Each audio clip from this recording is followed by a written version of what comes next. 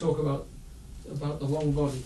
They have a concept in Tibetan which is the long body, and that is that we human beings think of ourselves as that sort of figure, walking along. But actually, what we should do, we are long on time and short on space, they say, because we were at one time a little figure, smaller figure, smaller figure, smaller figure, tiny, tiny figure, and we will be slightly older figure,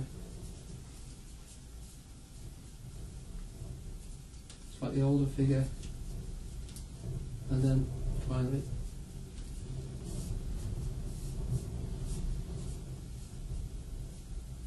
dead figure, in which case we'll go back to dust again. And that they have a thing called the long body. So a man must be considered in his long body.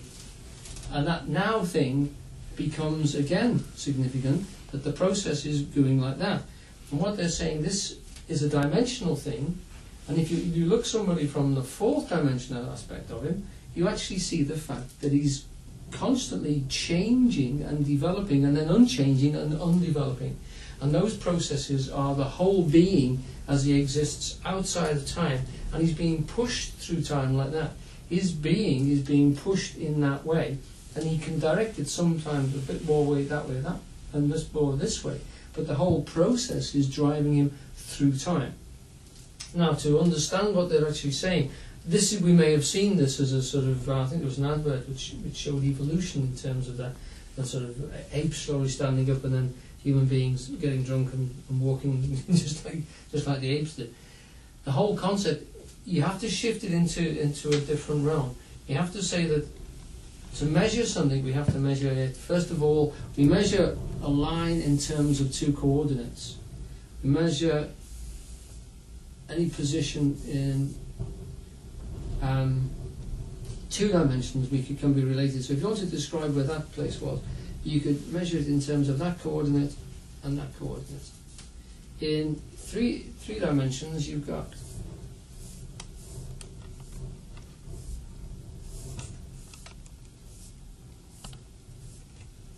you imagine a cube like that, and you can describe a location of any dot in it by, again, that coordinate, this coordinate here, and also that coordinate. In that way, so you need three to describe an object in 3 dimensions. You need 2 to describe an object in 2 dimensions. One would just be a dot somewhere along that line. You could describe that with only 1 coordinate, 2 coordinates, 3 coordinates. To describe things in time, if you include time, you're including movement. So that dot then has to move, and we have to give so many coordinates to refer to it that we tend to record it in terms of time. So if you wanted to say, where is Alan Roberts, you could say, well, he's in 18, wherever it is, Hoyle, etc. You'd also have to give the time, because I wasn't here yesterday. So if you expect me to be here, you have to give another dimension apart from just the physical location on the Earth. You have to give the time I was here as well. Now that is very, very important in terms of relativity, because the whole concept of relativity, as far as Einstein was concerned, is that frame of reference is totally limited to giving that record of where that dot is and the movements which it's capable of being measured in. You can't jump from that one and measure over here an activity, because that has its own frame of reference. And usually on Earth, it doesn't matter until you start to go around the globe, and then measuring from this reference to another reference over there, you have problems with simultaneity. So what he was talking about on the railways, the fact that you've got a train leaving here at 8 o'clock in the morning, it won't be exactly the same because of the passage of the sun to somewhere in Portsmouth, because their sunrise is slightly earlier. So their 8 o'clock will be slightly different. So if it takes 6 hours to get down there, you can't expect it to get down to the same time unless somehow we get the whole country on the same clock time. And of course across Europe they couldn't do that because the sun rises with such a difference, So they have hour time zones which are governed by the lines of latitude and longitude, actually when the sun rises. So they have time zones across Europe like they do across the States. So anybody who's been across the States will know, I think there's 4 or 5 time zones across America, because to try and get the whole of the time marching on the same process. And there is actually, because of that, a line right down the back end of the Earth relative to us, the opposite of Greenwich, which is called the International Date Line, and when you go across that, you actually lose or gain a day to explain and to actually keep all time fixing together. So in that process, what he's actually talking about here with the long body is that from an external source, from some fourth dimensional plane, this process of a human being, if you like, me or you, are out of time body, is pushing through and experiencing life, and that is more what we look like than the particular person represented in a portrait photograph. And what that means is that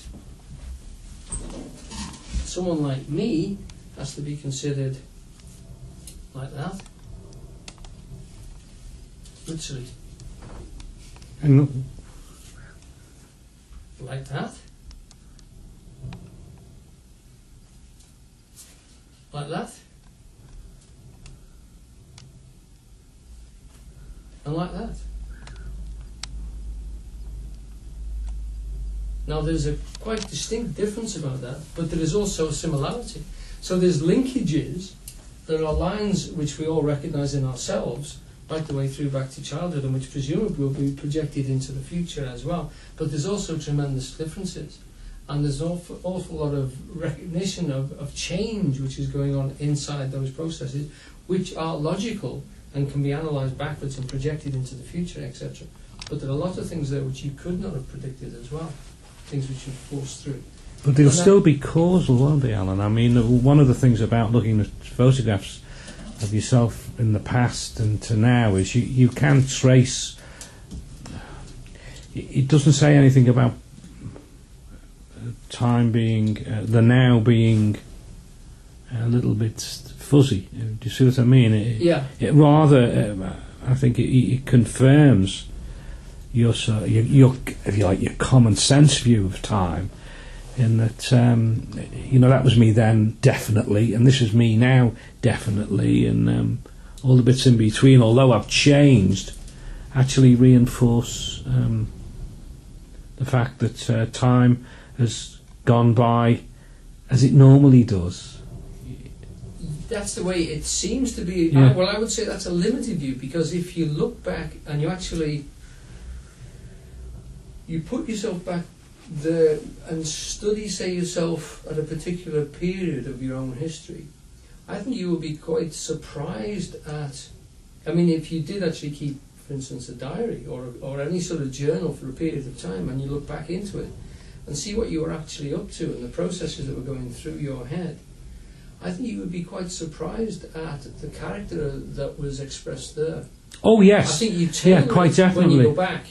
And that the causality of it isn't quite as surprising. It's more like this process here of dreaming, if you like, or so much fluidity, which you wouldn't be able to predict which of the fluid states there, which are floating around you would choose or direct you into your next stage.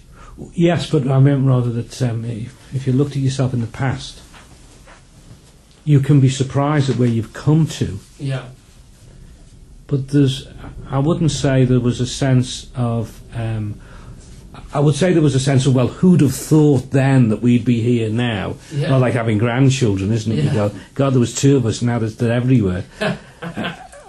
But you can still, you don't go, well, you do go, how the hell did that happen? but you don't sort of go, that was beyond explanation, just beyond prediction. Beyond prediction, yeah.